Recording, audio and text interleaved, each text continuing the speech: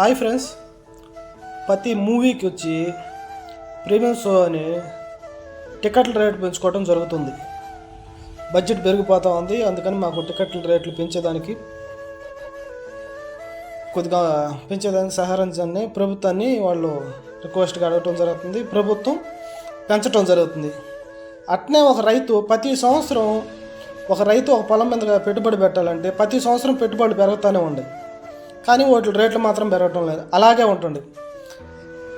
రైతు సంకనాగిపోయినా ఇబ్బంది లేదు, కానీ ఇంకందరూ బాగుపడాల.